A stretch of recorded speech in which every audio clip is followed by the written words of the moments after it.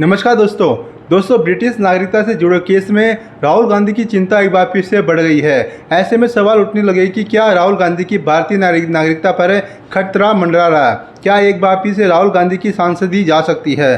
दोस्तों, राहुल गांधी सपना देख रहे हैं कि अगले साल नरेंद्र मोदी सरकार गिर जाएगी, लेकिन अब वह खुद कानूनी पचड़े में फंस गए हैं और उनकी सांसदी पर भी खतरा मंडराने लगा है। दोस्तों, लगातार मिल रही हार से राहुल गांधी इतने परेशान है कि वह पीएम मोदी और गृह मंत्री अमित शाह को लेकर गद्दार जैसे आपत्तिजनक शब्दों का इस्तेमाल कर रहे हैं। लेकिन देश के लोग सब कुछ देख रहे हैं और राहुल गांधी की इन्हीं विवादित बयानों की वजह से चुनाव में लोग कांग्रेस को हराकर बदला लेते हैं। लेकिन अब राहुल गांधी खुद ब्रिटिश नागरिकता के मामले में सवालों के घेरे में आ चुके हैं। वहीं केंद्र सरकार ने भी राहुल गांधी की ब्रिटिश नागरिकता से जुड़े सबूत कोर्ट में जज के सामने बंद लिफाफे में पेश किए थे, जिसके बाद इस मामले को लेकर के सबकी नज़रें कोर्ट पर टिक गई है। अब इस मामले में एक और बड़ी खबर सामने आई है। कांग्रेस के लिए कोर्ट से दो बुरी खबरें सामने आई है। क्या है खबर, आपको बताते हैं आज की इस वीडियो में। दोस्तों, कांग्रेस को कोर्ट से डबल झटका लगा है। पहले आपको बताते हैं राहुल गांधी की नागरिकता से जुड़े मामले के बारे में। दरअसल इलाहाबाद हाई कोर्ट की लखनऊ बेंच में एक रीट याचिका दायर की गई, जिसमें लोकसभा में विपक्ष के नेता राहुल गांधी की भारतीय नागरिकता रद्द करने की मांग की गई है। यह याचिका वकील अशोक पांडे और डेंटिस्ट रजनीश कुमार सिंह ने दायर की है। याचिका में राहुल गांधी के लोकसभा चुनाव को भी चुनौती दी गई है और उनके खिलाफ को वारंटो रिट RIT जारी करने की मांग की गई है।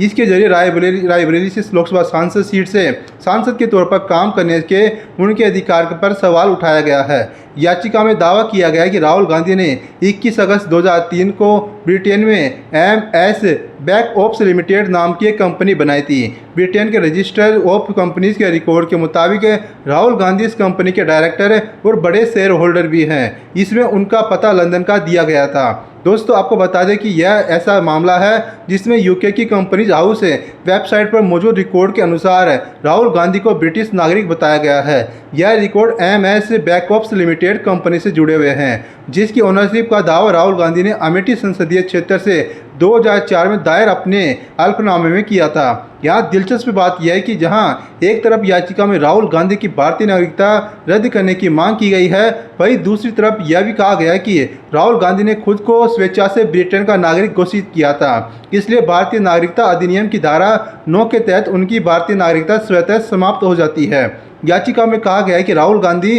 भारत के नागरिक नहीं है, बल्कि ब्रिटेन के नागरिक हैं। इसलिए वह सांसद पद के लिए नामांकन दाखिल करने और चुनाव लड़ने के योग्य नहीं है। इस मुद्दे पर आगे कहा गया है कि याचिकाकर्ता नंबर 1 वकील अशोक पांडे ने 2015 में हाई कोर्ट में याचिका दायर की थी। उस याचिका में दावा किया गया था कि राहुल गांधी ने ब्रिटेन में जो ITR यानी कि आयकर रिटर्न दाखिल किया था, उसमें उन्होंने अपनी राष्ट्रीयता ब्रिटिश बताई थी। इस खुलासे के बाद आधार पर याचिकाकर्ता ने दावा किया है कि कानूनन राहुल गांधी की भारतीय नागरिकता खत्म हो चुकी है। वही इस मामले को लेकर के इलाहाबाद हाई कोर्ट की लखनऊ बेंच में एक बड़ा आदेश दिया था। कोर्ट ने कहा था कि राहुल गांधी के खिलाफ FIR दर्ज की जाए। हालांकि बाद में कोर्ट ने अपने इस आदेश को वापस ले लिया और मामले की सुनवाई जारी रखी है। बीजेपी नेता विघ्नेश शिवसेना ने भी इस मामले में याचिका दायर की है। इसमें उन्होंने राहुल गांधी की ब्रिटिश नागरिकता के संबंध में गंभीर धाराओं में FIR दर्ज कराने की मांग की है। वहीं सुब्रमण्यम स्वामी भी लंबे समय से राहुल गांधी की नागरिकता पर सवाल उठाते रहे हैं। सबसे पहले नवंबर 2015 में PM मोदी को चिट्ठी लिखकर स्वामी ने दावा किया था कि राहुल गांधी ब्रिटिश नागरिक हैं। ऐसे में उनकी भारतीय नागरिकता और संसद सदस्यता रद्द कर दी जानी चाहिए। दूसरी तरफ राहुल एवेन्यू कोर्ट से महिला कांग्रेस अध्यक्ष अलका लांबा को बड़ा झटका लगा है। जंतर मंतर पर महिला आरक्षण लागू करने की मांग को लेकर हुए प्रदर्शन से जुड़े मामले में कोर्ट ने अलका लांबा को दोषी ठहराया है। 5 जून को अलका लांबा की सजा पर राहुल एवेन्यू कोर्ट में बहस होगी। जुलाई 2024 में अलका लांबा के नेतृत्व में महिला कांग्रेस ने जंतर मंतर पर प्रदर्शन किया था। पिछली सुनवाई में कोर्ट ने अलका लांबा के खिलाफ आपराधिक आरोप तय किए थे। राउज एवेन्यू कोर्ट में कहा गया था कि अलका लांबा के खिलाफ प्रथम दृष्टया मामला बनता है। दरअसल कांग्रेस के महिला नेता पर सरकारी कर्मचारियों के साथ धक्का-मुक्की, सरकारी काम में बाधा डालने, कानूनी आदेश की अवहेलना करने और सार्वजनिक रास्ता रोकने का आरोप है। लांबा के खिलाफ BNS की धारा 132, 221, 223A और 285 के तहत केस चल रहा था, जिसमें कोर्ट ने उन्हें दोषी करार दिया है। तो देखा आपने कैसे कोर्ट से कांग्रेस को बड़ा डबल झटका लगा है। आपके अनुसार इस रिपोर्ट पर आपका क्या कहना है, कमेंट बॉक्स में अवश्य बताइएगा। वीडियो को लाइक कीजिए, चैनल को सब्सक्राइब करना मत भूलिएगा। शुक्रिया, धन्यवाद।